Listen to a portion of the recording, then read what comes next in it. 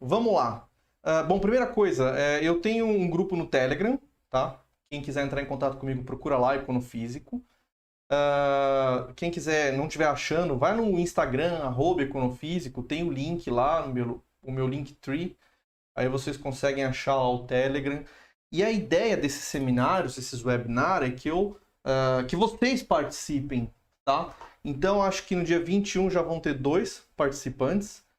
São vocês que vão falar, esse eu não vou falar. E num próximo webinar, eu não vou poder no 22, mas no próximo eu pretendo fazer sobre probabilidades. Então esse aqui é um assunto economia, o próximo probabilidades.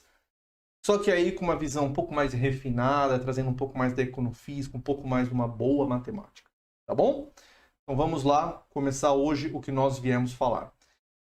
Bom, essa reunião aqui ela está dividida em 2 partes, tá? Nós vamos ter uma pausa de 4 minutos lá na frente para tomar uma água, usar o banheiro. E em seguida a gente segue falando de matemática na parte 2. Fechou? Então bora lá. Bom, primeiro eu gostaria de explicar a diferença de um econofísico, tá? De um físico e de um economista. É importante deixar isso claro para a gente começar a nossa reunião aqui, a nossa apresentação. O economista, ele está mais preocupado em fazer um reducionismo atomístico. Tá? O que é isso? Ele vai pegar o agente de estudo dele e ele vai querer falar como é esse agente. Então, esse agente é racional, ele é egoísta, ele é assim, ele é assado, ele quer maximizar sua utilidade, quer minimizar esse prejuízo, tá? O físico é o contrário. Ele não quer fazer esse reducionismo atomístico, ele não pretende explicar a parte, e sim como ela interage. Então ele vai fazer um reducionismo interativo. Não importa as características da pessoa, importa que na presença de tal estímulo a resposta dela é essa. Ou coletivamente é próxima disso na média ou no comportamento mais provável. Tá bom? Aliás, média e valor mais provável são coisas diferentes. Nós vamos falar disso mais para frente. Só para deixar claro aqui, média, tá? É uma integral. O valor mais provável é uma derivada. O valor mais provável é a derivada da densidade de probabilidade com relação à variável. Vou falar uma probabilidade com uma variável só. E média é uma integral, né? A integral de toda função no domínio dela dividido pelo intervalo que ela está definindo.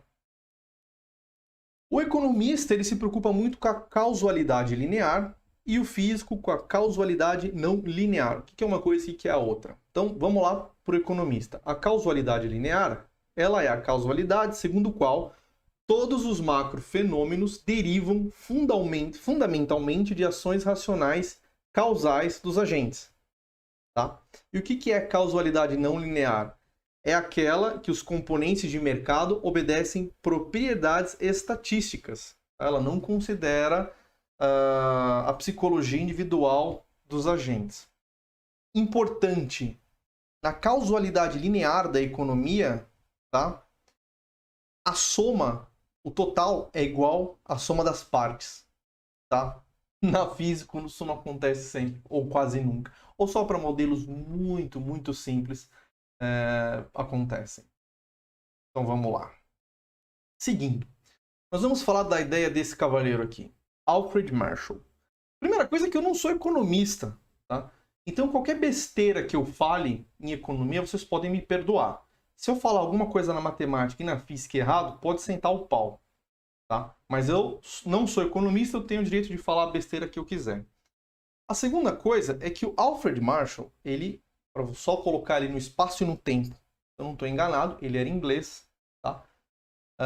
Ele deu aula em Cambridge e ele viveu a maior parte da vida dele, acredito que na segunda metade do século XIX. Então é de 1850 para frente, tá? Eu vou falar de um trabalho que ele publicou em 1896. Tá? Foi um trabalho que eu estava, por acaso, analisando ele num livro de econofísica, em janeiro, no começo de janeiro, bem no comecinho, e eu vi que tinha um traço de genialidade nesse trabalho, muito grande, tá? E de uma matemática refinadíssima. E que eu nunca tinha visto alguém comentar, ou nunca tinha sido um objeto de estudo profundo, eu nunca tinha visto, tá? Como eu disse em áudios no Telegram, o que eu conheço de economia, o que eu leio nessas coleções de economia, tá? Coleções da Globo, da Folha, ou no Wikipedia. Tá? Eu nunca li um livro de economia pauleira. Até preciso fazer isso, porque é uma matéria muito linda.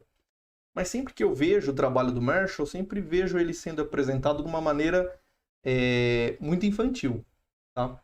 E é uma coisa que é um pouco absurda, tá? Mas o trabalho dele não saiu 100% da cabeça dele. Foi uma construção de conhecimentos, assim como todos os outros grandes trabalhos na área do conhecimento, né? A primeira figura aqui, ele é um trabalho de um economista, eu acho que pronuncia Cournot, tá? De 1838. Então, aqui ele mostra o que seria, se eu não estou enganado, aqui é a curva da demanda. Tá? Então ele mostra o seguinte, ele fez uma relação da demanda em função da quantidade. Tá? Eu posso estar enganado, peraí. Não, vocês me desculpem. É a demanda em função do preço. Tá? Então, o que ele está falando? A demanda aqui, eu acredito que ele entenda como a quantidade de pessoas interessadas em comprar um certo bem. Então, quanto mais caro o bem, poucas pessoas têm interesse ou possibilidade de comprar. É bem razoável esse raciocínio, faz bastante sentido. Tá? Então, ele descreveu ali, colocou uma curva genérica, tá? Ele fez questão de deixar ali uma função afim, desculpa, uma reta, tá? Para mostrar justamente que essa função não é necessariamente uma reta, uma curva, seja qual for essa curva. Então já é um pensamento interessante, né? As pessoas se mobilizarem em função do preço. No trabalho do lado, que foi aí, nós estamos falando de quase mais de 30 anos, tá? Separam esses dois trabalhos. Aí vem um trabalho de um economista que eu acho que é Jenkins, o nome dele. E aí sim você vê pela primeira vez essa ideia maravilhosa de que existe um preço ideal, tá, no mercado, que esse preço ideal ele é definido pelo cruzamento de duas curvas. Tá? Então, eu não sei se eu estou muito confiante, mas eu acho que embaixo é barganha, seria o preço. Ele também faz ali, os quarters devem ser me fugiu o nome. Os intervalos, tá? São intervalos de 200 ali, 200 em 200, de pessoas, tá? Em função... O que é isso daqui? Deve ser barganha, deve ser o dinheiro, tá? Então também ele está mostrando uma quantidade em função do preço, tá? Só que tem um problema aí, né? Tem um problema, mas nós já vamos explorar o problema aí. O que Marshall fez, ele inverteu essa relação. Ele colocou o preço como função da quantidade e não a quantidade em função do preço. Toda vez que eu vejo um livro desses que eu leio, ou Wikipedia, comenta sobre a relação do Marshall, eles sempre explicam assim esse diagrama. Dado um preço, a quantidade é essa. Mas eu sempre me incomodei com isso. Por que o Marshall ele inverteria essa curva? Eu não acho que ele fez isso à toa. Tá? Ele é um matemático. Ele era matemático. Tá? Eu acho que ele colocou de fato o preço em função da demanda. Tá? Em função da quantidade. O preço da demanda em função da quantidade e o preço da oferta em função da quantidade. Por que o Marshall fez isso? É a pergunta. Tá? Então aqui eu estou fazendo o meu olhar de crítico de físico e matemático. Vamos lá. Então nós vamos olhar primeiro a oferta, tá? Depois nós vamos olhar a demanda, depois nós vamos ver como é que a gente cruza essas duas informações. Então, qual é o problema que os outros economistas tinham? Bom, eu tenho então uma variável em função do preço. Perfeito. Então eu consigo ali, por Jenkins, em 1870, eu já sabia que se eu cruzar essas duas curvas, é ali que é o preço do negócio. Perfeito. A questão é, como é que eu calculo o preço? Bom, se você me der o preço, eu sei a quantidade. Então, como é que calculo o preço? É aí que está o problema, né? O preço, por exemplo, da oferta, o S que eu estou usando é para oferta, supply. Ele depende do quê? Bom, depende da sua capacidade de produção, dos custos de produção, dos impostos, das despesas, do lucro que você quer ter, de fatores macros, fatores micros, sazonalidade, humor do comprador, influências gravitacionais de Júpiter, tudo. Tudo influencia o preço.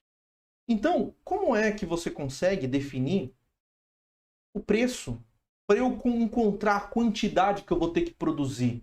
Eu sou um fornecedor, eu quero produzir um bem, mas eu produzo em função do preço. Como é que eu calculo o preço? E aí que está, o preço do mercado. Então é por isso que eu acho que essa explicação de, quando vão explicar Marshall, a cruz de Marshall, que é esse cruzamento, eles falam, não, dado esse preço, a quantidade é essa. Não, eu acho que o Marshall pensou o contrário. Ele pensou no preço em função da quantidade, porque daí vira um pensamento genial, né? Você pega um monte de variáveis, que algumas não dá nem para medir. Como é que você vai medir a capacidade de uma empresa, a estratégia de uma empresa? Não dá, né? O humor do comprador para definir um preço. Então você pega todas essas variáveis e troca por uma que você consegue medir, que é a quantidade. Então eu acho que foi isso que foi genial no pensamento dele. Então eu transformo esse P de S como uma função de tudo, coisas que eu não consigo nem medir, transformo isso numa quantidade que eu consigo medir. Vamos então ver como é que a gente pode proceder com esse raciocínio. Tem algumas regras para isso funcionar. Primeira regra de ouro, tá? Os empresários querem maximizar o preço de venda. Tá? Isso é bem razoável, né? Porque se eles não fizerem isso, a empresa deles não vai sobreviver. Tá? Você pode acabar com uma empresa se ela não estiver pagando seus fornecedores. Você não pode matar uma pessoa porque ela está com o nome sujo, mas você pode matar uma empresa. Tá? Você consegue fazer isso. Então é uma questão de sobrevivência, eles venderem no preço máximo de venda. Só que também tem outra observação, nem todos os empresários poderão vender no mesmo preço o mesmo bem. Poxa, isso é óbvio. Se você, por exemplo, é um açougue e você comprou ali uma quantidade enorme de carne esperando que fosse vender tudo, aí veio a pandemia, você teve que fechar as portas por 2 dias, aí abriu de novo. Cara, sua carne vai estragar. Então você vai ter que baixar seu preço por força maior. Entendeu? Enquanto que um frigorífico maior aí, que tem câmaras de resfriamento melhor, para ele, dane-se, ele vai colocar o preço lá em cima. Então veja, depende, tá? Depende não dá para falar que todos vão conseguir sempre maximizar a venda deles. O que também é muito razoável. Então, de praxe, poucos querem vender barato. Muitos querem vender caro, tá? Então, o que eu pensei aqui? Talvez Marshall tenha pensado nisso, tá? Você tem que ter uma função que ela está crescendo, tá? Mas o Marshall, no trabalho dele, ele colocou uma função estritamente crescente, tá? Uma função estritamente crescente significa que quando você vai avançando no domínio dela, os pontos ficam cada vez maiores. Ela nunca tem um platô, que as coisas são meio paradas ali, depois ela volta a crescer. Ela não tem isso, tá? Foi isso que ele pensou. Eu acho que no mundo real isso não existe. Tá? Mesmo absurdo para algumas pessoas, é meio estranho você imaginar a curva que eu pensei é essa curva aí que tá lilás. Por que ela baixa? Cara, eu te dou 1000 motivos para um empresário baixar o preço dele em algum momento. Tá? Por questões de impostos, por questões políticas, por algum incentivo. Tá? Tem milhões de razões. Então, tipo, eu não quero trabalhar com esse idealismo do Marshall, que a curva é injetora, tá? No domínio dela. E também não quero trabalhar com o idealismo de que os negócios vão sair só nessa curva. Ou seja, por uma determinada quantidade eu vou ter ali alguns preços. Tá? Eu acho que não. Eu acho que os negócios acontecem em todo esse domínio, tá? Vocês estão vendo no canto direito aí, esse domínio que é um quadriculado, eu acho que em todos os locais tem negócio saindo. Sempre vai ter alguém que está podendo vender mais caro para uma quantidade menor de pessoas, ou mais caro para uma quantidade maior, ou mais barato. Então, Essa é a diferença. Eu enxergo isso como uma superfície, tá? E não como uma curva simplesmente. Mas eu coloco algumas qualidades nessa curva, tá? Essa curva que eu estou mostrando para vocês é uma curva de máxima probabilidade. Tá? Depois eu vou mostrar um pouco mais ela para vocês. Essa curva em lilás, que eu vou mostrar exatamente o que ela é, eu vou colocar algumas qualidades. Primeiro, que ela é uma função classe C1. Tá? O que significa ser classe C1? Significa que ela é contínua, tá? E tem as suas derivadas contínuas. Eu vou colocar essa qualidade nela. Depois a gente vê por que eu estou fazendo isso. E ela é uma curva que ela tem uma secante positiva. Significa o quê? Ela está apontando para cima nos intervalos. No intervalo dela. Ela pode dar umas voltas, pode dar uma sapecada ali no meio, mas ela, no geral, ela está crescendo. Tá? Vamos entender um pouco melhor esse raciocínio.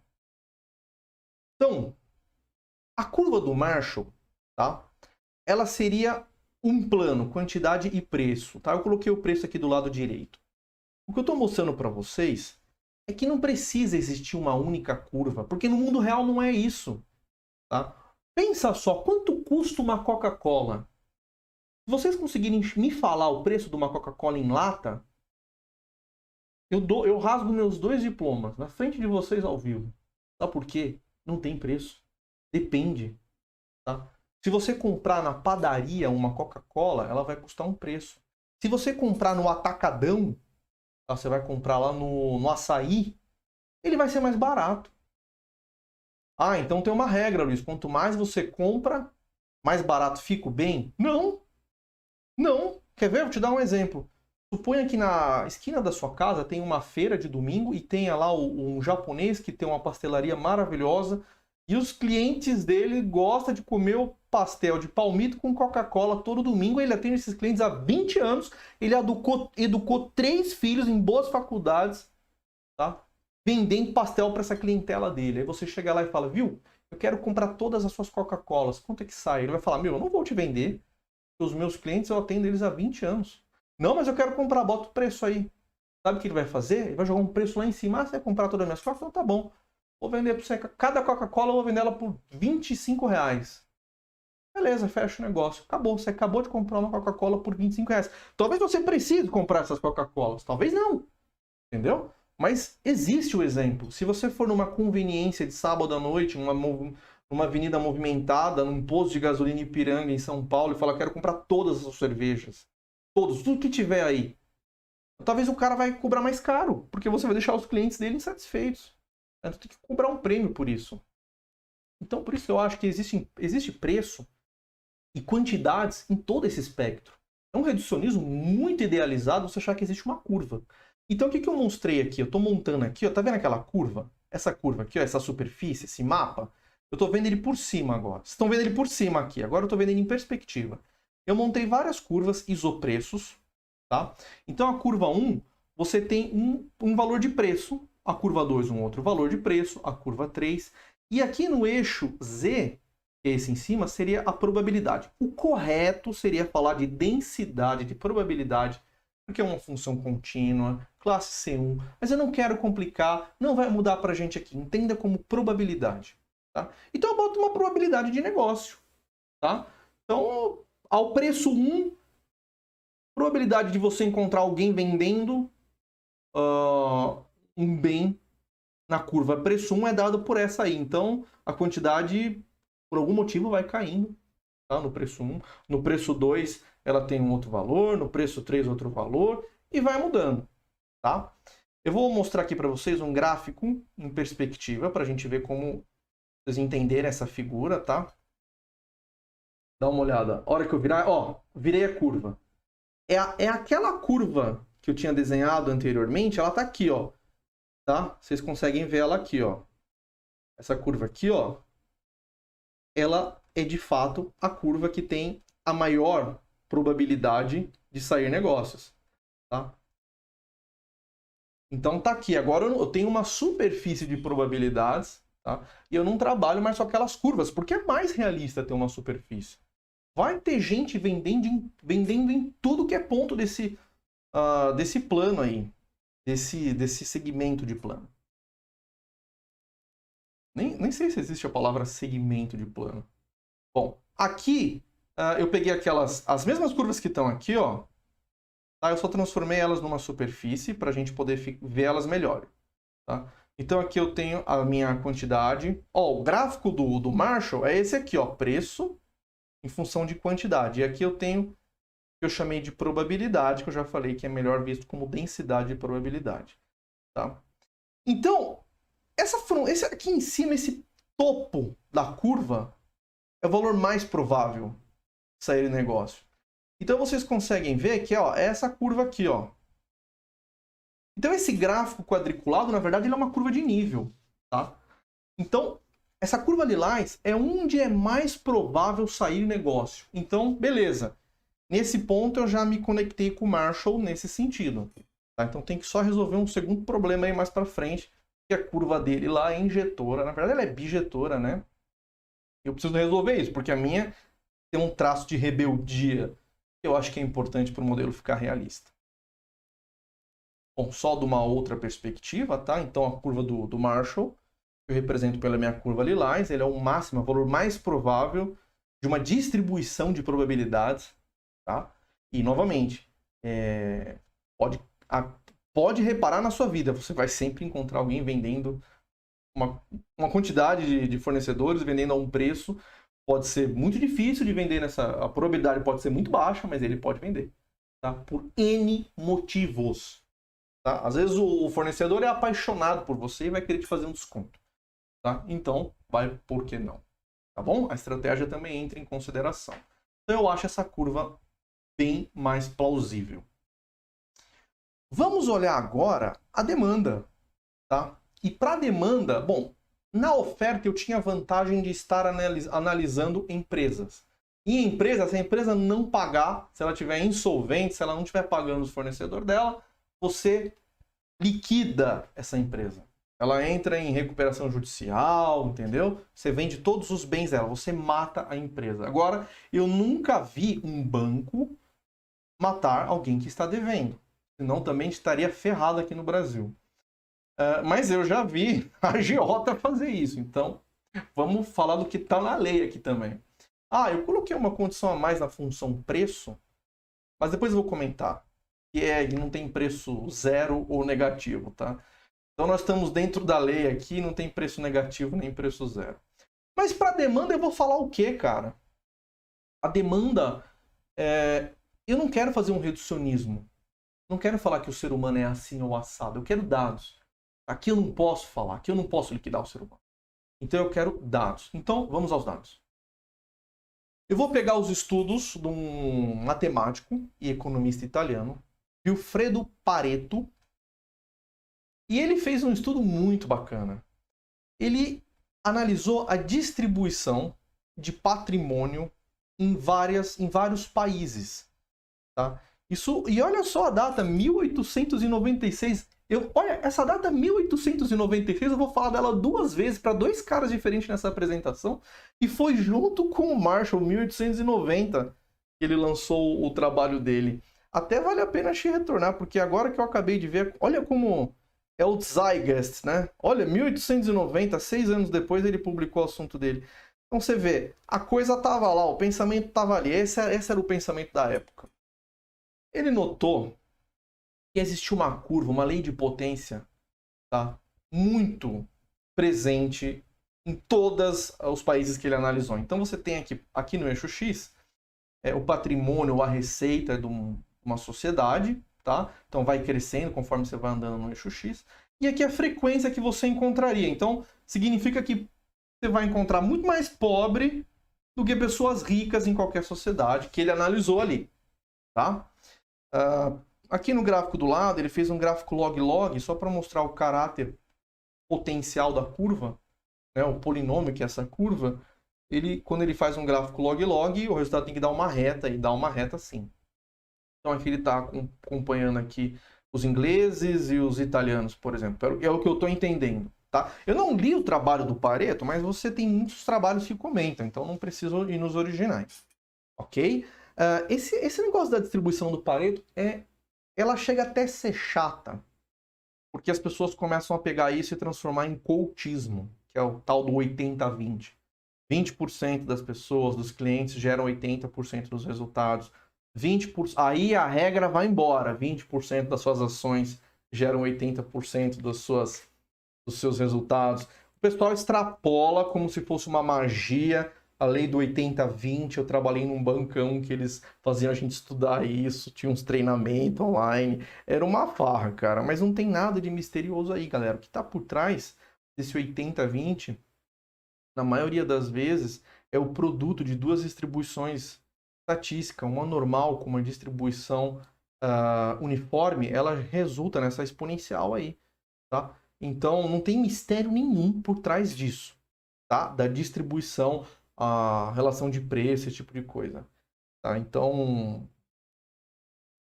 posso ter falado alguma besteira aqui. Não, não falei não. E por trás disso, vocês vão ter também aquelas histórias lá do... Vocês lembram daquela distribuição... Como é que é a distribuição dos primeiros dígitos do astrônomo lá? Eu não me lembro também. A mesma história também que está por trás. Não tem nem... Que o número 1 aparece com mais frequência que o número 2, que o número 3, o número 4, etc. Como o primeiro dígito num número. É a mesma coisa que está por trás, é a mesma matemática que está por trás. Aqueles... lei de Benford, tá? É estatística, é banal, tá? Não se assustem com isso, não acho que tem nada esotérico por trás disso, tá? O que tem de esotérico é o que eu vou mostrar agora, tá? Que o Vilfredo Pareto encontrou isso em vários mercados, em várias informações de censo, tá? Mas o que impressiona é que um camarada, e ele é contemporâneo nosso, Viktor Yakovenko, tá? Ele tá vivo, eu já mandei e-mail pra esse cara, ele me respondeu, olha só, cara. Ele é um russo, tá? Dá pra ver pelo sobrenome, e ele começou a estudar a economia do ponto de vista da mecânica estatística, tá? Aí ele percebeu uma coisa muito interessante, que ele poderia usar as mesmas equações da termodinâmica e pensar que ao invés da energia, ele tem o dinheiro. Tá? E se as pessoas começassem a transacionar esse dinheiro com o objetivo de maximizar a entropia, que é uma coisa meio que natural, a natureza, a maximização da entropia é uma coisa que não tem esforço algum para acontecer, porque é um caminho natural das coisas, é um caminho mais provável, é probabilístico. Então, se a economia seguisse equações semelhantes às da mecânica, às da mecânica estatística, ele recuperaria as curvas do Pareto. Então, por exemplo, aqui do lado vocês estão vendo a distribuição de dinheiro em função da quantidade de pessoas, de algumas simulações que ele fez, e é impressionante, sempre cai na distribuição do Pareto. Ele já sabia disso há muitos anos, ele mais ou menos acabou com os sonhos dos comunistas. Sempre vai haver desigualdade. É claro que ele teve que estudar isso quando ele foi para os Estados Unidos, que não ia ser muito bem visto lá na Rússia, estudando esse tipo de coisa. Ele é professor na Universidade de Maryland. Tá? E eu visitei essa universidade, ela é muito bonita. Ele fez umas simulações que eu vou mostrar para vocês. Então, vamos lá. Algumas simulações computacionais. A primeira simulação computacional, ele concentra todo o dinheiro, tá, em uma única pessoa. Ele faz uma distribuição delta, quase delta, né, porque ela não é infinita. E aí ele bota as regras do jogo de maximização da entropia. O que acontece? Pum! Chega lá na curva do Pareto. Aí ele faz um outro exemplo. Não, tudo bem, não vai ser só um cara que vai ter a grana. A condição inicial é que vai ter uma distribuição gaussiana em volta de uma pessoa. E aí eu solto esses agentes para eles começarem a trabalhar entre si, trocar dinheiro, etc e tal, seguindo as leis da mecânica. O que acontece? A curva aparece de novo. Ou seja, de qualquer forma que ele monta o problema dele, tá? Às vezes depois vocês olhem os detalhes que parece que eu estou falando aqui é redundante, parece que eu estou falando alguma coisa que foi construída para chegar nesse resultado, e não foi, tá? Ele bota regras bem simples de transação dessa quantidade de dinheiro e ela maximiza essa entropia sempre. Aí ele fez um modelo matemático e viu que era igual à distribuição de Boltzmann. Eu vou pôr para rodar aqui para vocês enquanto eu tomo uma água. Tem os detalhes aqui, depois vocês... Algum dia essa palestra vai estar no ar, para vocês precisarem ler, mas tem no site dele. Procura lá, Viktor Yakovenko. Vocês colocam em Econophysics, vocês vão achar essas simulações. Vamos rodar ela aqui. Eu vou pausar o meu microfone um pouquinho para tomar uma água.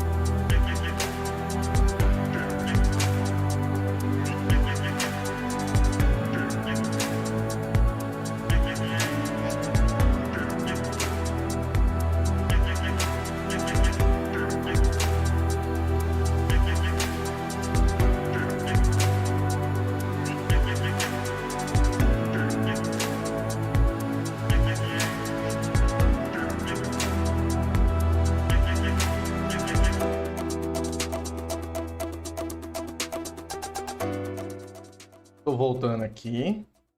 Então aqui a convergência ela é um pouco mais lenta, só que ela acontece, tá? E, novamente, da forma com que eu disse, parece que ele fez algo construído para chegar nesse resultado, mas não é, tá? Ele colocou regras super simples e o resultado apareceu. Regras de transação de uma quantidade de um bem, tá? Então, assim, é uma coisa que não tem muito como fugir e essa ideia do Pareto, ela conseguiu ser codificada matematicamente com um modelo e ela é muito boa, tá? Então, essa ideia, eu posso utilizar ela para pensar numa função, tá? Numa função da demanda, tá? E eu vou querer que essa função, ela aponte para baixo, tá? Mas ela não precisa ser uma função monótona, decrescente, estritamente decrescente. Então também pus um traço de rebeldia, tá? Vai que tem alguém que quer pagar mais caro aí, não sei, sempre tem uns ricões aí que querem se exibir às vezes e eu não coloquei hipótese simplificadora no meu modelo, tá?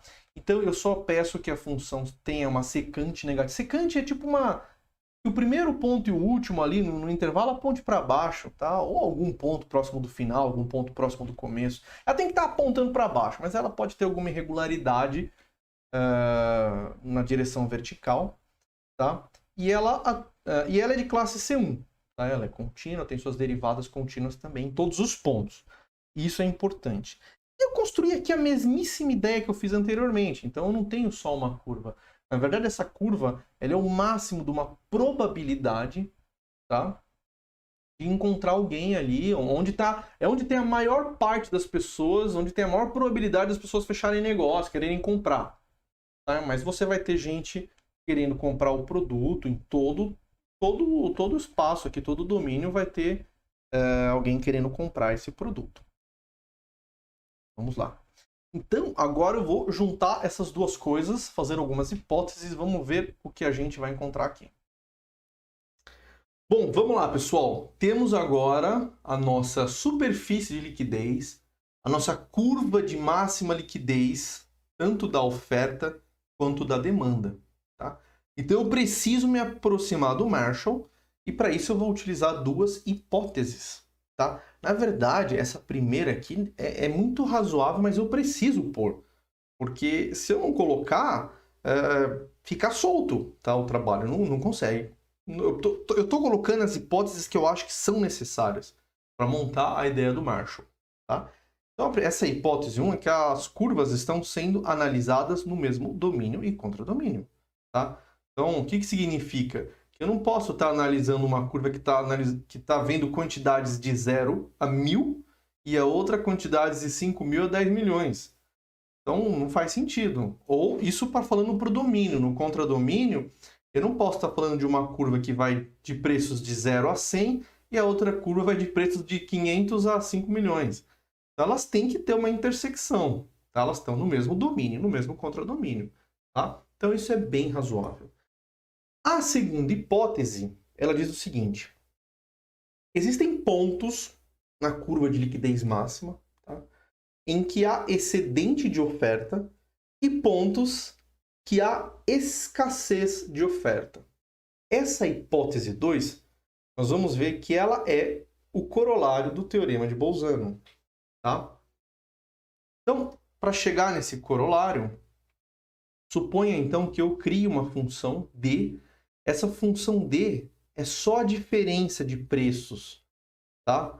Do preço da oferta com relação ao preço da demanda. Ela é uma diferença. É a diferença entre as curvas por uma determinada quantidade, tá?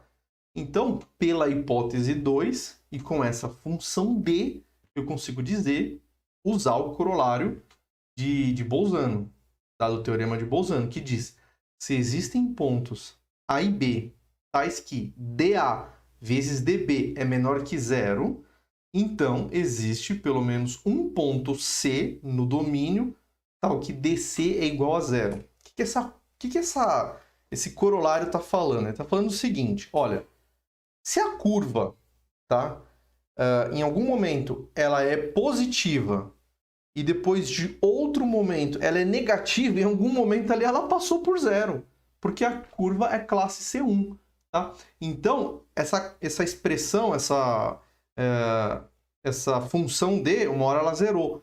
Em outras palavras, eu quero dizer que existe um momento que as curvas se cruzam. Tá? Se D é igual a zero, significa que essas curvas são iguais. Tá?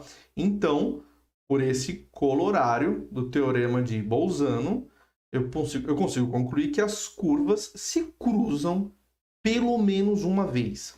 E isso é muito importante, tá? Porque vocês vão ver mais para frente, eu vou comentar sobre algumas críticas economistas famosos, tá? Fizeram sobre o modelo de Marshall, desculpa, para situações fora do equilíbrio, e eles comentam, tá?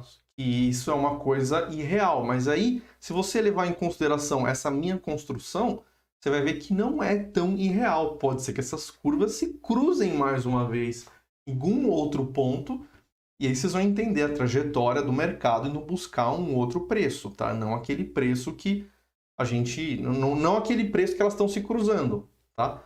Vai ficar mais claro na hora que vocês enxergarem o diagrama.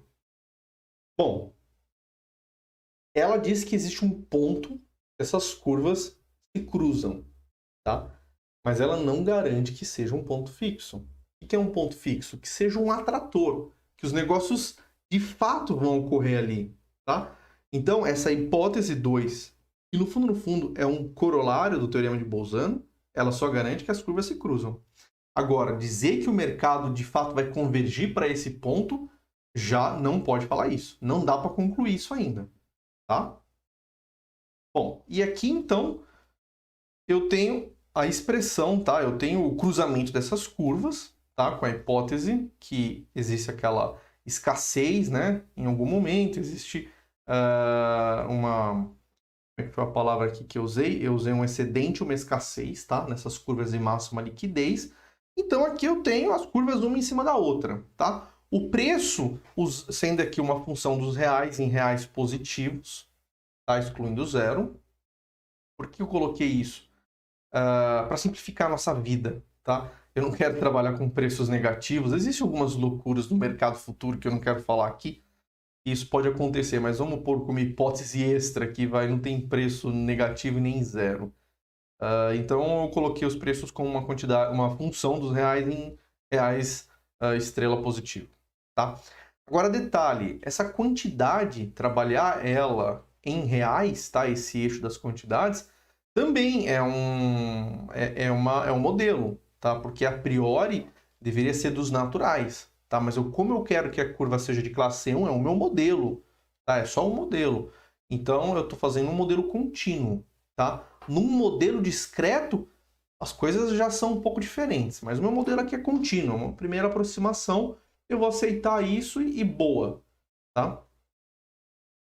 E aí, vamos dar uma olhada por que eu pedi que essas curvas fossem de classe C1, tá? Então eu trouxe aqui alguns exemplos de funções que não são classe C1.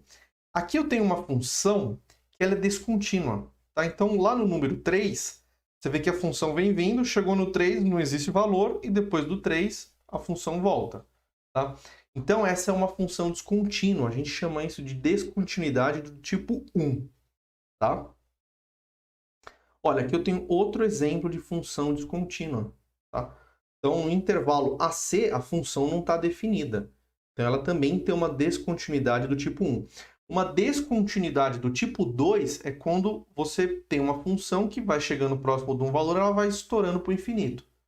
Tá? Então, ali você tem uma descontinuidade do tipo 2. Tá?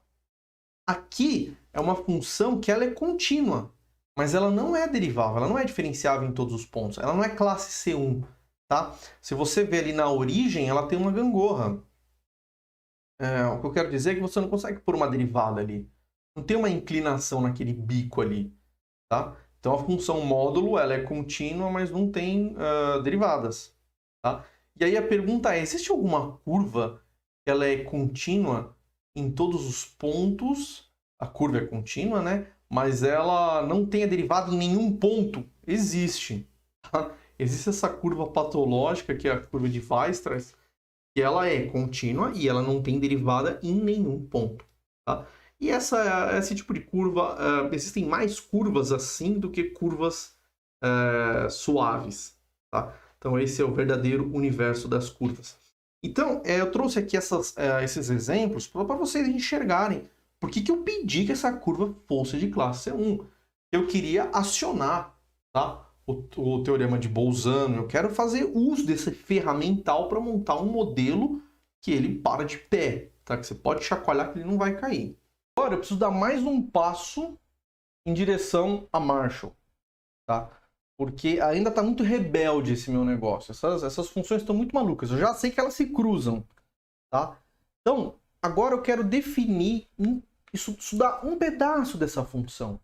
Eu quero olhar um pedacinho dela, onde elas de fato são bijetivas. Tá? Onde existe uma inversa, elas têm o mesmo domínio, elas têm o mesmo contradomínio, elas têm uma inversa, então elas são uma bijeção. Tá? E eu consigo fazer isso pegando esse pontinho, tá, de equilíbrio e definindo um intervalinho em volta dele, um intervalo aberto, tá, para a gente poder fazer derivadas, esse tipo de coisa. Eu defino um intervalinho em volta dele, faz uma caixinha em volta desse cruzamento. Fiz um zoom aqui, ó. Tá vendo? E eu sempre consigo fazer isso. Esse é o ponto. Não importa qual seja a função. Se ela for classe C1, eu vou conseguir fazer isso. Porque quem me garante isso é o teorema da função inversa. Tá meio ruim para vocês verem aí. Eu vou subir um pouquinho aqui, ó. Ah, não vai ajudar vocês não. Tá.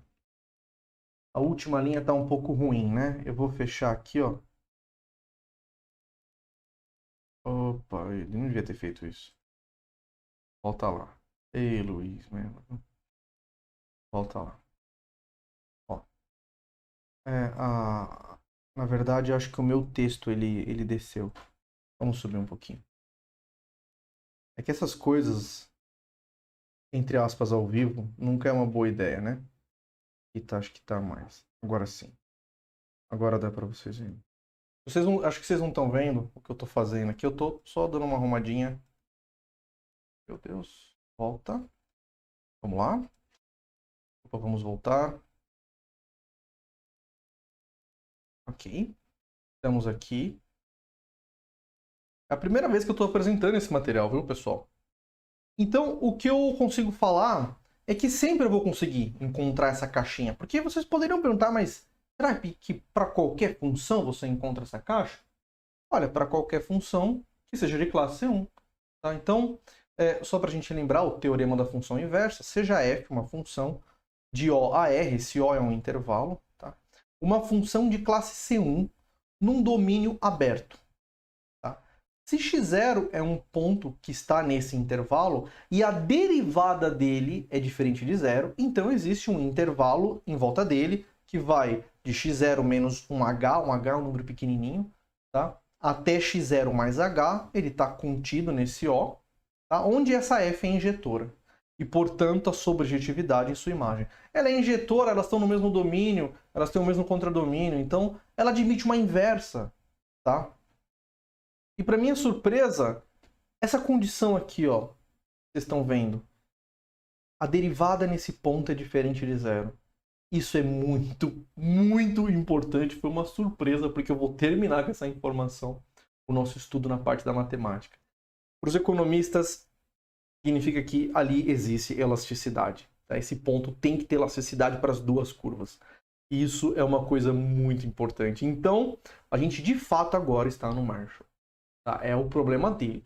Com a exceção de que ele enxergava curvas bem magrinhas e eu enxergo uma superfície. Mas tudo bem, tirando que, olhando só a curva de valor mais provável na minha superfície, eu já cheguei no Marshall. Tá? Com hipóteses menos idealizadas. Tá? Então agora eu cheguei no Marshall. Tá? Vamos continuar aqui. O que eu tenho? Aí, eu quero falar uma coisa para vocês. Quando eu disse no meu áudio que o Marshall ele tinha antecipado a matemática algumas questões há 30 anos, eu me referia a esse campo da dinâmica. Tá? As equações dele, elas lembram muito, muito esse sistema conhecido como o sistema predador-presa, tá? Que foi formulado pelo matemático, acho que se pronuncia Lotka, eu vou falar Lotka, não sei como pronuncia, e o Volterra. O Lotka era ucraniano, provavelmente não é assim que pronuncia. O Volterra era um italiano que ensinou na Universidade de Pisa. Tá? Então eles montaram esse modelo que explicava a quantidade, que tentava mostrar a dinâmica de duas populações de presas e predadores, tipo coelhos e lobos. Tá? Como que essa dinâmica evoluía, sendo que, por exemplo, o lobo só come o coelho. Tá? Então ele não come outra coisa, além do coelho. Então se você tem muito lobo, a quantidade de coelhos cai, daí se a quantidade de coelhos cai, os lobinhos não vão nascer, então a quantidade de lobos cai, mas a quantidade de lobos cai, os coelhos se reproduzem mais, então eles aumentam, fica nesse ciclo. É isso que vocês estão vendo nessas trajetórias aqui. As trajetórias descrevem as populações para vários valores diferentes de início. É um problema de valor inicial. Tá? Tem várias condições de contorno aqui, condições iniciais diferentes, geram ciclos diferentes. Mas o problema do Marshall, ele é exatamente isso, cara. A estrutura dinâmica é essa. Vocês vão ver o que eu vou mostrar para vocês. E eu disse que ele antecipou a matemática em quase 30 anos, porque ele fez isso em 1896. Esse trabalho do Lotka-Volterra, ele foi publicado acho que em 1922. Então já dão 30 anos mais ou menos que separa as duas coisas. E sistemas dinâmicos estavam sendo estudados em 1890, 1896 por Henri Poincaré. O Poincaré, ele divulgou um trabalho importantíssimo em 1896, que foi a mesma data que Vilfredo Pareto publicou o trabalho dele. Eu tô parecendo o meu sogro falando aqui que ele tem esse negócio com as datas. Mas é tudo muito junto. O trabalho do Marshall no mesmo momento que o trabalho do Pareto, que foi o mesmo momento que o Henri Poincaré estava estudando isso. Tá? Então, é muita coisa junta para você pensar numa única cabeça. Por isso que eu disse que me chamou a atenção, porque eu sei dessas informações, sei que estava acontecendo isso naquele momento, mas isso nunca é falado em lugar algum. Tá? Bom, para vocês entenderem nos livros de economia como é descrita a dinâmica desses preços. Então, eles supõem, por exemplo, eu vou falar como eles falam, tá? Eu sou contra essa exposição, mas como eles falam é o seguinte. Suponha que você tem um preço P1, tá? O preço da mercadoria seja P1. Já está errado porque o preço é em função da quantidade, enfim, saiu da onde esse preço P1, tá? No preço P1 você tem um gap muito grande de compra e venda, tá? Então você tem o Bid Offer Spread aqui. Então você tem uma correção do preço, vai para preço F. Tá? Nesse preço F você trocou a posição da quantidade de óleo, quantidade de fornecedor e a quantidade da oferta e da demanda, elas mudaram de posição, ó. Repara. Então você agora diminuiu esse gap, tá? Então talvez um preço, você tem mais gente querendo comprar, pouca gente querendo vender, então esse preço vai subir. E a ideia é que isso vá convergindo para o ponto de equilíbrio, tá? Porém, eu tenho minhas críticas a esse modelo. Tá? É um modelo meio esquisito. Porque se você pensa... Olha como é que eles falam os livros de economia. Suponha que você tem uma fazenda lá, produções, e em um ano a produção de cana-de-açúcar foi horrível, ninguém conseguiu produzir, pouquíssimos fazendeiros conseguiram produzir. Então, eles estão ofertando QS. Se eles estão ofertando QS, eles falam, então, como a demanda é alta e só tem eles ofertando, o preço sobe. Então, o preço que deveria estar ali embaixo na curva azul vai para a curva vermelha. Tá? Nesse momento, tá? Se o preço está alto, então está alto para todo mundo, está alto para compra, está alto para venda. Então, outros fazendeiros vão começar a produzir esse grão, essa cana-de-açúcar, para abastecer o mercado, porque o preço está alto. Aí, nesse momento, vai ter um excesso de produção. Então, vai ter um excedente na produção. Então, o que vai acontecer? O preço vai cair. Tá? Agora, o que aconteceu? Nesse preço, você tem uma demanda maior que a oferta, quantidade. Então, você tem uma escassez. Tá? Tem mais gente querendo comprar um bem, um pouco bem. Então, você vai ter que aumentar o preço. Aí, pum, subiu o preço. E aí o raciocínio segue, tá? E vocês vão vendo que vai convergindo, como eu tinha falado ali. Aquele negócio é uma trajetória que está sendo formada aqui. Mas eu acho muito estranho esse modelo, tá? Tá. Por que eu acho estranho? Porque se na largada, essa interpretação, se na largada a quantidade de fornecedor é limitada no eixo X, tá? Então a curva já nem é essa aqui, a curva é essa aqui, ó.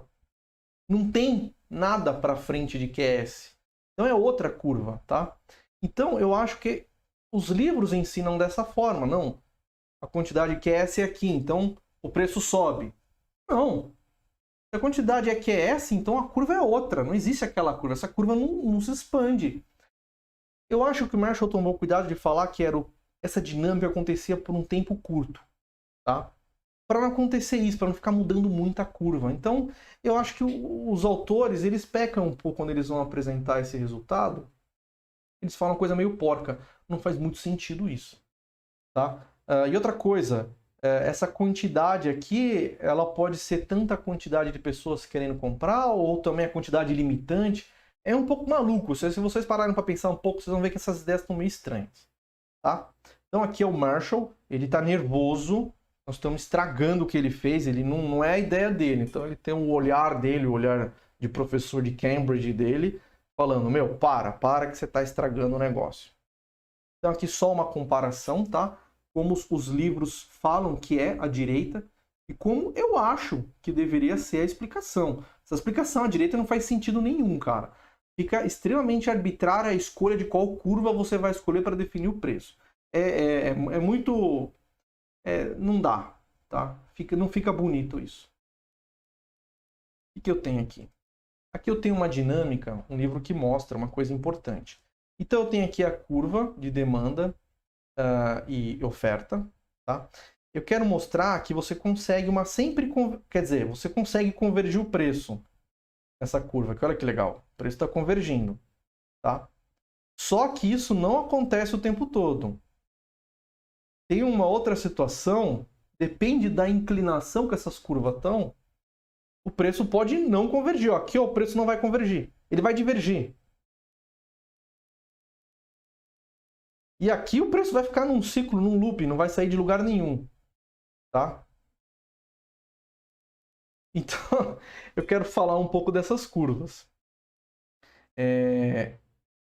Aqui o Marshall já está um pouco mais calmo, que falou, não, ele está sabendo que eu não vou falar besteira. Então, eu peço ajuda ao Marshall para o próximo slide aqui.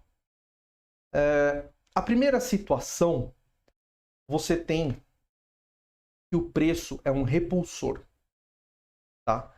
A gente chama isso na física como um equilíbrio instável. Tá? Você tem o ponto de equilíbrio, mas qualquer estímulo que você fizer, a bolinha vai embora. Tem uma bolinha ali, qualquer estímulo que você der, a bolinha vai embora. Então, você tem um equilíbrio instável. Aquilo ali é um repulsor. Tá? Os economistas, alguns têm críticas muito fortes a esse repulsor, que eles falam, pô, se você está numa situação em que você tá mudando o preço e a situação está piorando, isso não faz sentido, porque os agentes econômicos não fariam isso. Então tem algumas críticas interessantes dessa flutuação divergente de um cara chamado John Fraser, Ele era um economista americano, morreu em 2005, tá? E realmente, se você pensar como o Marshall entregou o trabalho dele, isso não faz sentido. Agora, se você pensar como eu entreguei o meu trabalho, pode fazer sentido, porque se aquilo ali é um repulsor, a trajetória da curva, quando ela entra ali, ela é repelida, ela vai mais para frente. Talvez pode ter outro ponto de equilíbrio, tá? Porque a função não é bijetora em todo o domínio, é só num pedacinho. Pode ter um ponto de equilíbrio lá para frente que o mercado pode ter indo buscar esse outro ponto. Tá? Então veja, a visão que eu entreguei, ela não tem problema com esse repulsor. Tá? Uma outra situação são esses atratores. Tá? Então você tem um equilíbrio estável. Sempre que a órbita do preço está chegando ali, ela vai para aquela direção e ela vai se estabilizando. E você tem uma terceira situação, que é um equilíbrio indiferente, tá? Que é também conhecido como equilíbrio por coordenadas. Tá? Perceba, eu tenho uma bolinha aqui, se eu empurrar ela para a direção X, ela não vai acontecer nada. Entendeu? Ela vai andar, tipo, vai mudar a posição dela. Mas na situação Y, um estímulo que eu der, ela sempre volta para a posição que ela estava.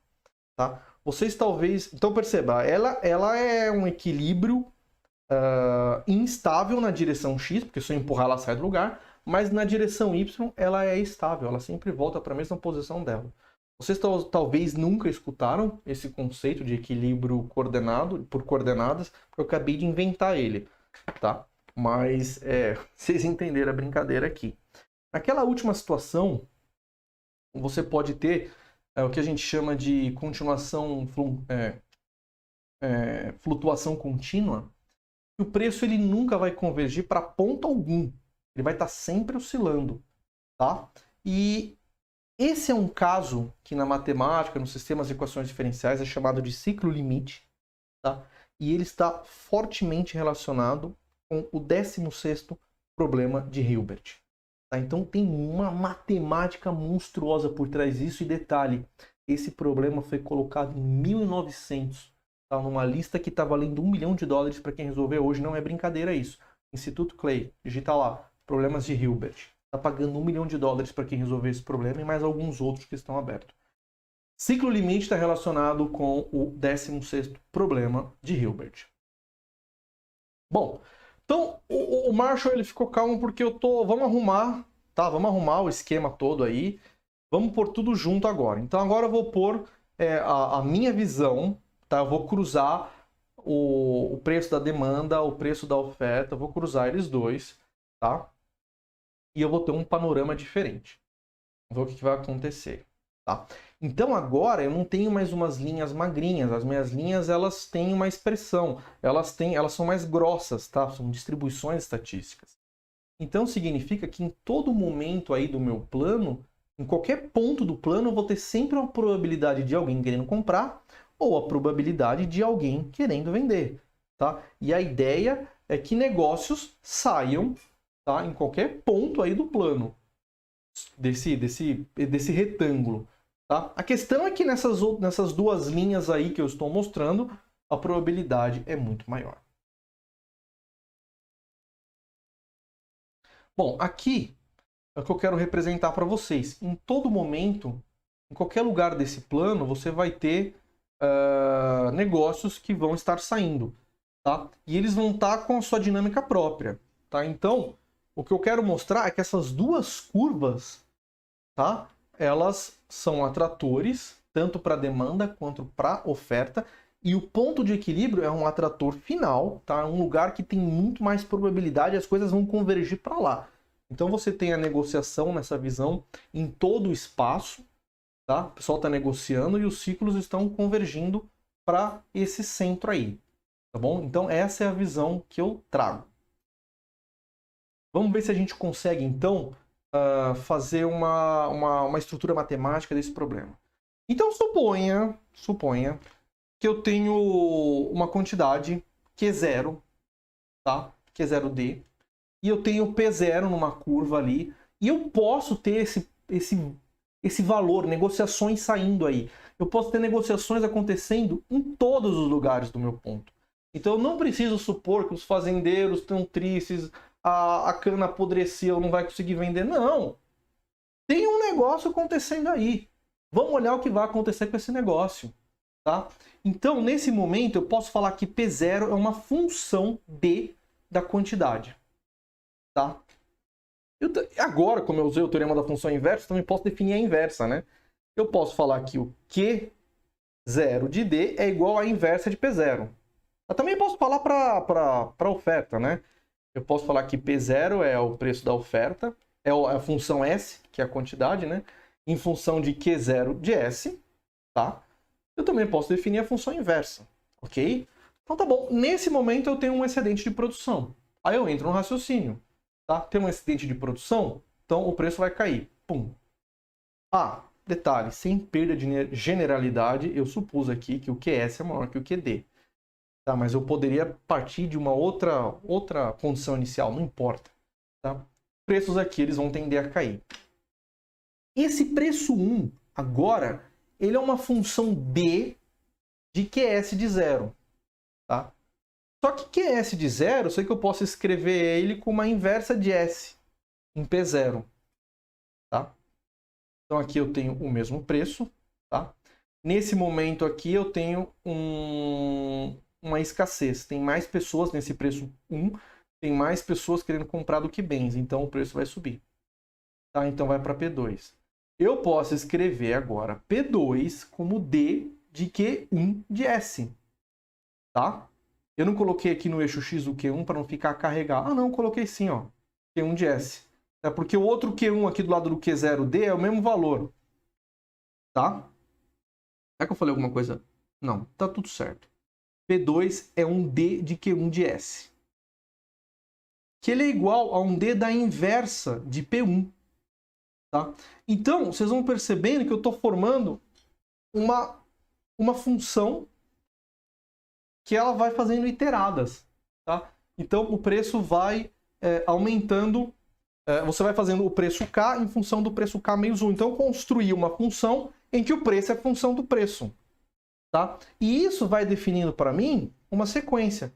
P0, P1, P2. Então são vários preços, está formando uma sequência até o preço PK. Okay?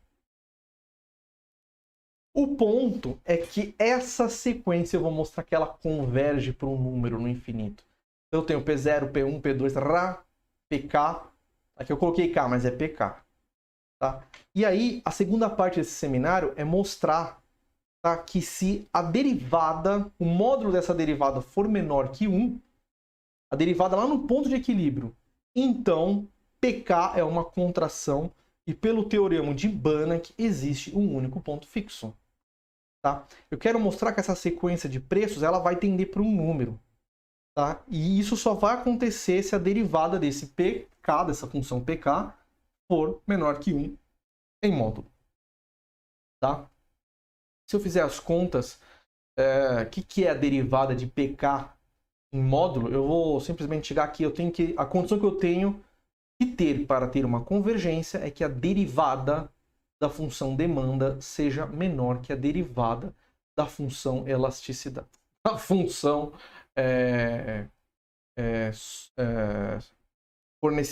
supply, caramba, a oferta. Tá? Então, se eu chegar nessa condição, ó, já estou falhando aqui, já está chegando no meu intervalo aqui, vai ser bom.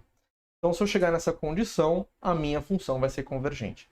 Os economistas gostam de falar em elasticidade, dá para transformar essa frase numa elasticidade. Então, só que é o contrário aqui, né? Se naquele ponto a elasticidade da oferta for menor que a elasticidade da demanda, então vai ter convergência pelo teorema de Banach. E é isso que nós vamos ver daqui a pouco.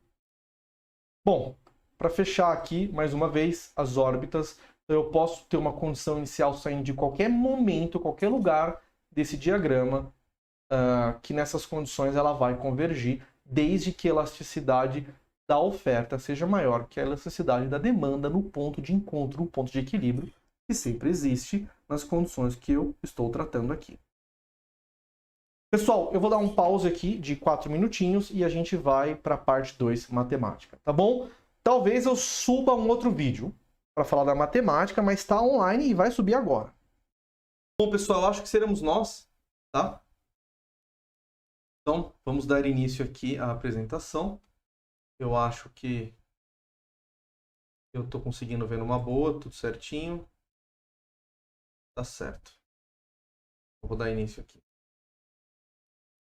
Eu vou tirar a outra live do ar. Quem não assistiu, sinto muito. Então ela vai ficar privada. Ok. Então vamos lá. Então, pessoal, essa aqui vai ser bem rapidinha, tá? É mais uma exposição dos resultados para mostrar que os preços convergem, tá?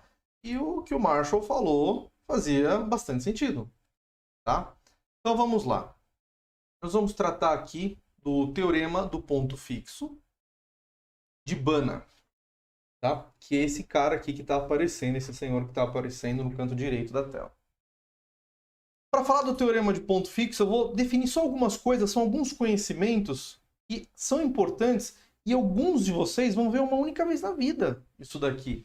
Então, eu só vou mostrar e vai ser bem tranquilo, não precisa acompanhar coisas, nada complicado, tá? Eu vou trazer para vocês um conceito chamado de espaço métrico. Na matemática, quando alguma coisa recebe um nome, tá?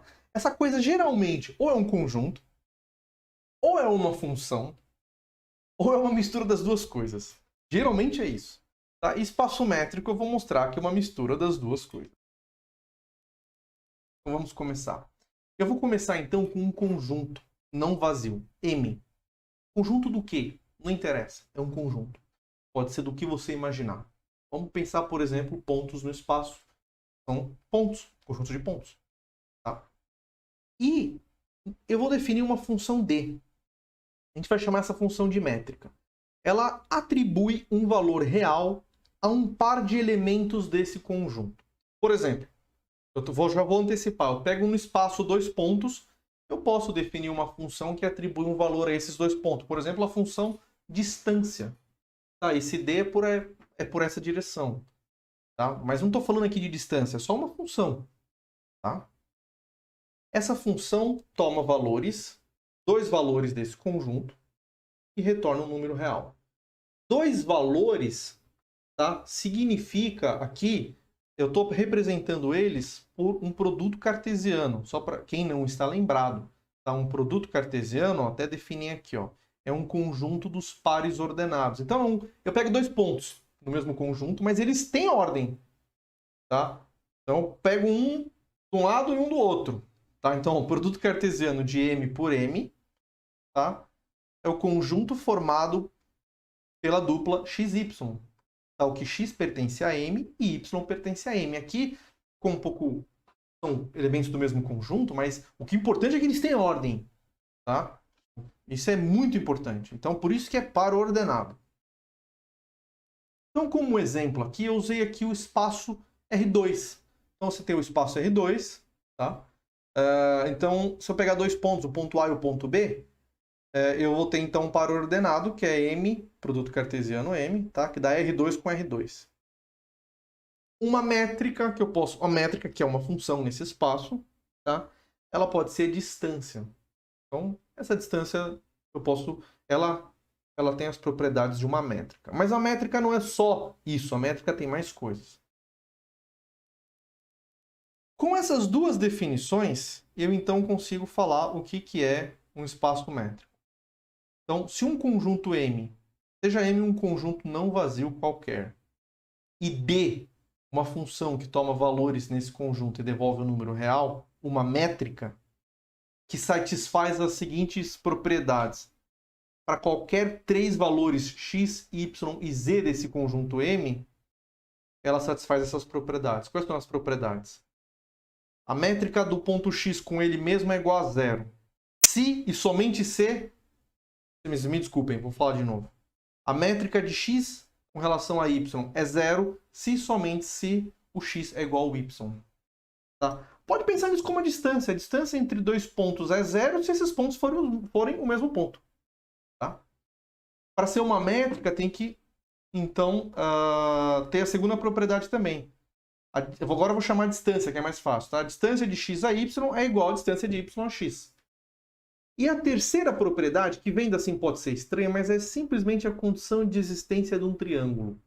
A distância entre o ponto x e z tem que ser menor ou igual que a distância de x a y mais y a z. Tá?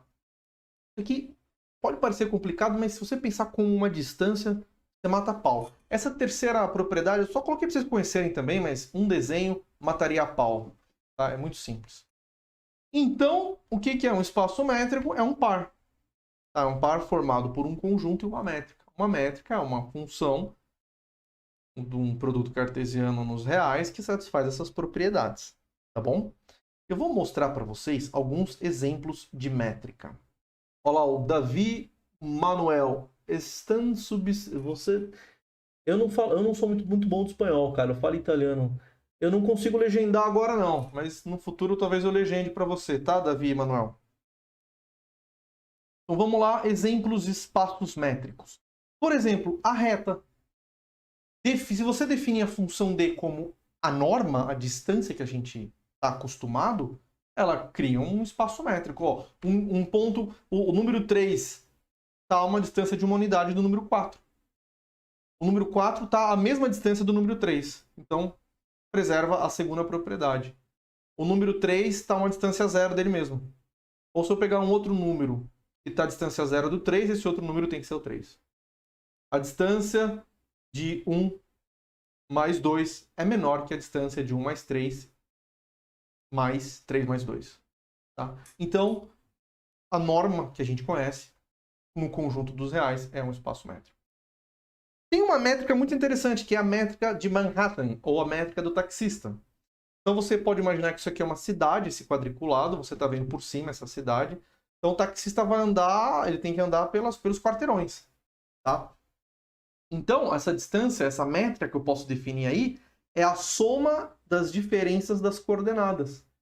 Então, todas essas trajetórias, a trajetória azul, a amarela e a vermelha, todas elas têm o mesmo valor. Tá? É a trajetória do taxista. A trajetória verde é a euclidiana. Tá? Mas o carro não voa. Tá? Então, o taxista tem que andar, o Uber, hoje em dia é mais Uber, né? Ele anda pelos quarteirões. Então, essa também define uma métrica. Esse conjunto de quarteirões define um espaço. Então, isso é um espaço métrico. Agora, isso parece um negócio inocente, mas não é nada. Isso aí tem aplicações absurdas na economia, na física, meu Deus do céu, na matemática, na lógica, na estatística, programação. É impressionante. Já estou ouvindo um trovão aqui, ainda bem que vai acabar rápido essa aqui. Eu vou dar um outro exemplo. M. Funções contínuas. Pega o conjunto das funções contínuas, o polinômio, a função afim, a função seno, cosseno, tá? E eu vou definir a métrica da seguinte forma. Eu pego duas funções, pego a seno e o x ao quadrado num determinado domínio. A métrica eu posso definir como a diferença máxima entre essas duas funções para um mesmo x. Então elas estão no mesmo domínio, a função seno e a função y igual a x. Está no domínio de 0 a 5. A distância entre elas é a distância máxima que você pode ter. Pega um x nesse domínio, corre essa função em todo o domínio. Onde eles têm a maior distância, eu defino que ali é a métrica. Então a métrica é a diferença máxima das duas funções. Isso também cria um espaço métrico. Tá? E essa distância, essa métrica, respeita todas aquelas propriedades. Por mais uma que não se assusta, tá? Esse aqui aparece muito na mecânica quântica. O L infinito. É o espaço das sequências em R. Tá? São valores reais. E elas são limitadas. O que significa ser limitada? Se você somar esses termos até o infinito elevado ao número P, tá? Elas são... esse número é um número finito. Tá? Ele é menor que infinito, ele é finito. Aí você pode definir ali uma métrica. Aí eu acho que nem vale a pena entrar nesses detalhes, porque isso aqui são só exemplos, tá? É a métrica do supremo, tá? Mas também aqui é a menor... É a menor das... puta merda. É o menor das cotas superiores. Supremo. Tá? Então, isso aqui são exemplos de espaço métrico. Agora, só isso aqui não quer dizer nada. Isso aqui dá para usar na economia, nas finanças. E eu trouxe um exemplo para vocês conhecerem. Porque como eu vou falar de espaço métrico, eu dei alguns exemplos. Agora eu quero dar um exemplo que vocês possam usar. Então, eu apresento aqui para vocês a taxonomia de portfólio. Tá? Você pode pegar as ações do mercado, de um índice, da sua carteira. Você consegue definir uma função, uma métrica, que ela vai depender da correlação. Consegue definir uma função D, ela funciona como uma distância entre essas funções. Ela é uma métrica, ela tem aquelas 3 propriedades. Tá? E se você relaxar um pouco a terceira condição, essa aqui, ó, só para a gente lembrar.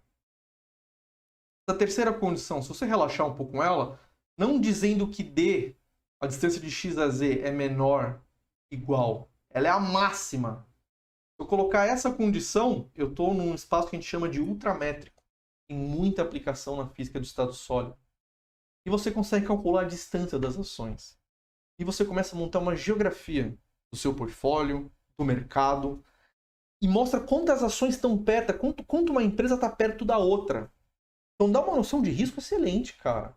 Então eu trouxe para vocês aqui essa figura é de uma dissertação de mestrado de um aluno da Getúlio Vargas, Felipe Rodrigues. Se vocês conhecerem ele, dá um abraço.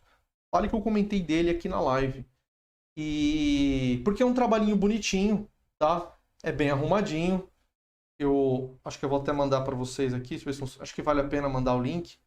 É tão bonitinho, cara. E vocês podem... Eu vou mandar aqui na live. Agora eu tô ao vivo, eu posso fazer isso. Tá? Então vocês podem acessar o trabalhinho dele.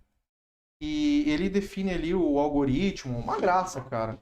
Então, um trabalho brasileiro, você pode utilizar essa ideia de espaços métricos no mercado financeiro. Tá bom?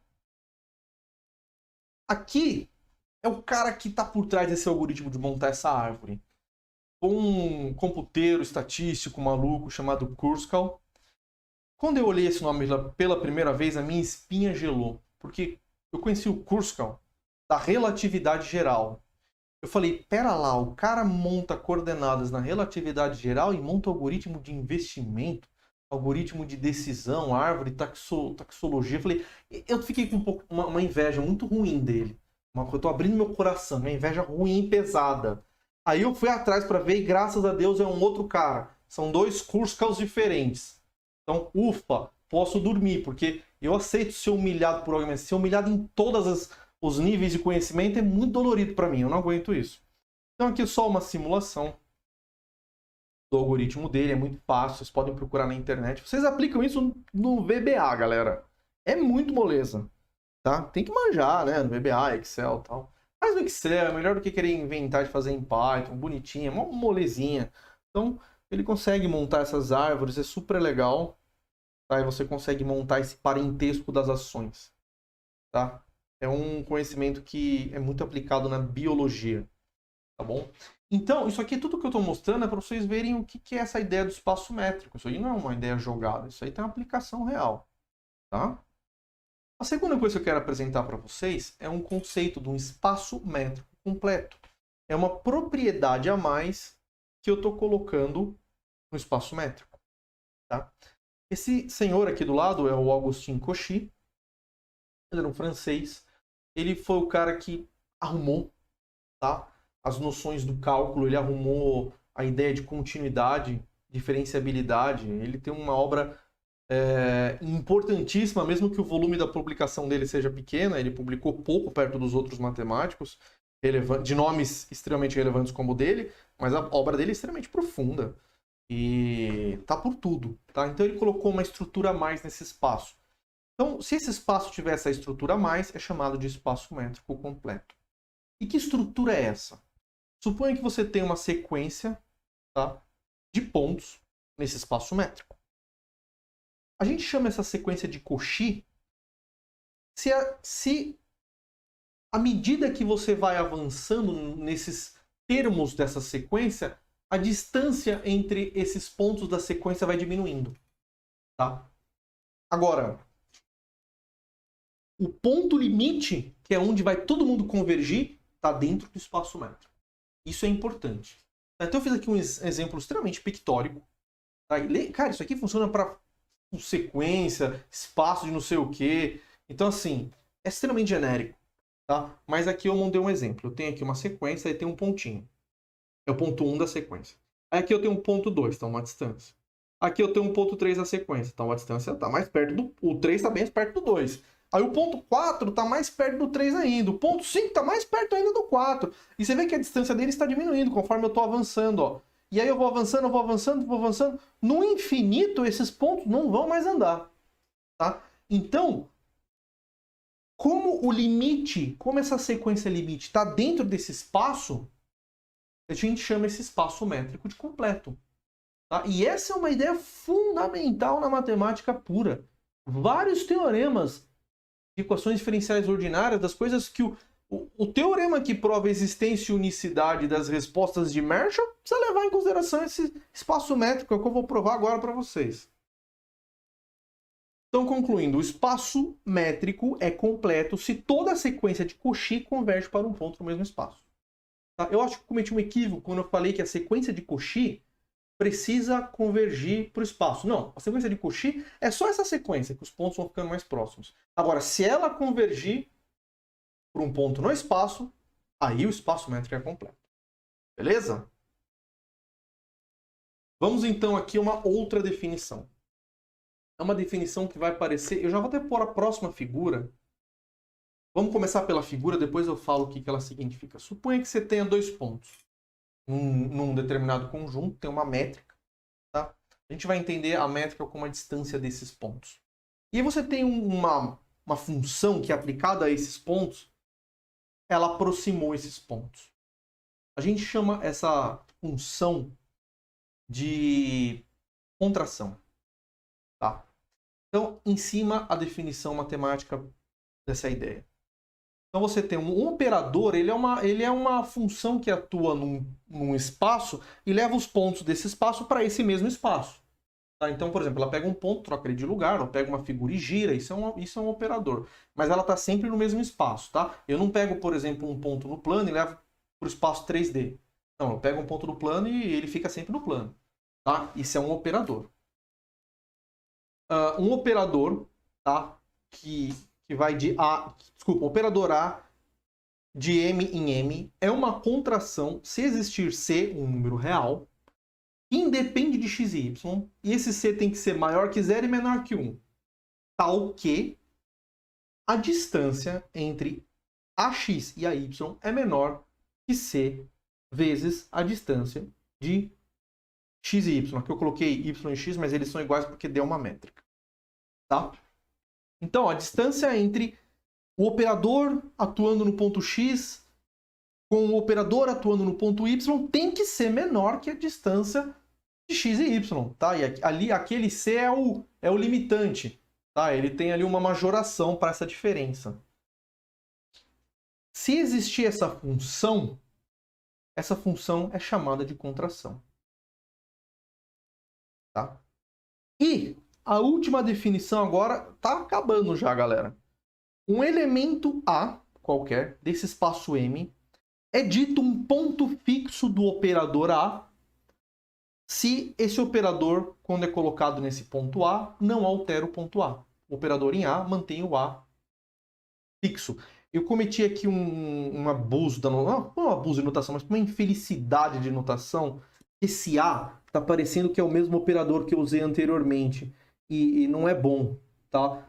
Então vamos usar um outro termo, não precisa, não é uma contração, é só um operador, tá?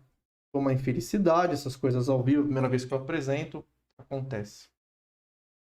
Então uma outra definição, tá? Um ponto fixo é aquele que ele é insensível, é um ponto egoísta. Você aplica a função nele e ele caga e anda para você, tá? Por exemplo, tem funções que x é igual a y, é uma função que ela inteira é fixa. Tá? Você aplica a função no x e dá um valor y que é igual a x. Ela não muda nada, a função afim. Né? Se você tiver uma função que cruza a função afim, nesses lugares que ela cruza são pontos fixos. A função aplicada no valor é igual ao próprio valor. Tá? Então, esses pontos fixos são coisas muito importantes. Vamos lá, estamos chegando. Agora eu vou definir o teorema do ponto fixo de Banach. O que ele fala? Seja M e D um espaço métrico completo e há uma contração tá? Que pega valores em M e retorna em M. E o teorema de Banach garante que existe um único ponto fixo desse operador A. Agora nós vamos ver o que isso tem a ver com a ideia do ponto fixo, do ponto de equilíbrio de Marshall. Para isso, eu vou usar um colorário, tá? Então, seja M, por exemplo, um intervalo dos números reais. Eu pego os números reais, daí eu pego M, é um intervalo. E eu tenho uma função de M em M. Ela toma um valor nos números reais e devolve um número real. Eu devia ter colocado esse intervalo como um... tá bem, M é um intervalo chamado de I, né? Seja M um intervalo dos reais, eu tenho uma função que pega um número real e devolve um número real. Essa função ela é diferenciável em M e ela tem a seguinte propriedade. A derivada dessa função, o módulo dela, ele é menor igual a k, que é menor que 1. A gente chama essa função de Lipschitz. Tá? Esse foi Lipschitz. Esse cara, esse alemão. Isso é uma ideia muito, muito forte na matemática, aparece o tempo todo. Como é difícil falar Lipschitz, a gente fala a função Lip, muitas vezes, tá? Bom, f é uma contração, né? Essa função aí, então, é uma contração. Por quê? Se eu pegar a derivada agora em 2 pontos, tá? xn menos 1. Aqui eu deveria ter que tomar o limite para fazer a derivada, mas é a mesma coisa, tá? A mesma ideia. A derivada é no ponto limite, mas aqui eu estou só calculando a derivada discreta, tá? Então, se a função é Lipschitz, então ela é uma contração, tá? Se vocês não estiverem enxergando isso, se vocês dividirem o lado esquerdo por xn menos 1, toma o limite quando esse xn menos 1 tende a xn, você tem a derivada, tá? Essa aqui é uma derivada discreta. Então, eu estou dizendo que uma função Lipschitz é uma contração, tá? f de x é uma contração em um espaço métrico completo com métrica dada pela distância usual. Logo, existe um ponto fixo de f de x. Olha, a distância, qual que é o espaço? O intervalo dos reais. Tá, isso é um espaço métrico. Tá, por quê? Porque eu estou definindo a minha métrica como a distância usual. A distância que eu calculo na régua. Tá? Então, eu posso utilizar o teorema de Banach e provar que existe um único ponto fixo de f de x. Porém, lembra que eu tinha te falado lá atrás? Lá naquele slide da primeira apresentação, eu tinha falado isso. Se a derivada daquela função pk for menor que 1, então o preço existe e é único. Então, foi daí. Desse corolário, tá, eu consigo provar que aquela função ela tem um ponto fixo e é único. Ou seja, o preço existe e o preço é único. É a mesma condição. Olha lá, o módulo da derivada é menor. Se ele for menor que 1, existe um ponto fixo e é único. Tá? E é justamente uma função do tipo Lipschitz. Tá? Porque é o que eu coloquei ali em cima. Ó. O módulo de f de x, o módulo da derivada de f de x é menor que 1. Então, é essa condição que me diz que que o preço existe e é único. Ela também pode ser reformulada de uma outra forma, né? Depois vocês podem fazer as contas. Ela pode ser formulada dizendo que a elasticidade da oferta é menor que a elasticidade da demanda. Então vamos lá. Nosso último slide, tá? Vamos terminar em grande estilo com o Marshall. Ele diz o seguinte, a conclusão. Portanto, se a derivada da função preço em módulo for menor que 1 e diferente de 0, no ponto de equilíbrio, então temos uma contração e existe convergência no preço, de acordo com o teorema de Banach. E o que é mais bonito, tá? Essa derivada ser diferente de 0 ela vem justamente do teorema da função inversa. E para eu conseguir definir aquele domínio, era necessário que a derivada fosse diferente de 0. Então, eu garanto essa derivada diferente de 0 quando eu consigo, de fato, usar o teorema da função inversa. E se o mercado tem essa propriedade, da derivada ser menor que 1, então nós temos um ponto fixo. Tá? E o preço é algo que existe e você pode ficar tranquilo que você pode comprar o seu pãozinho na padaria, que sempre o padeiro vai te falar o preço do pãozinho, porque a negociação aconteceu, o teorema de Banach, etc e tal, a função é Lipschitz. Então vocês podem ficar garantidos que ele vai ter sempre um preço para te fornecer.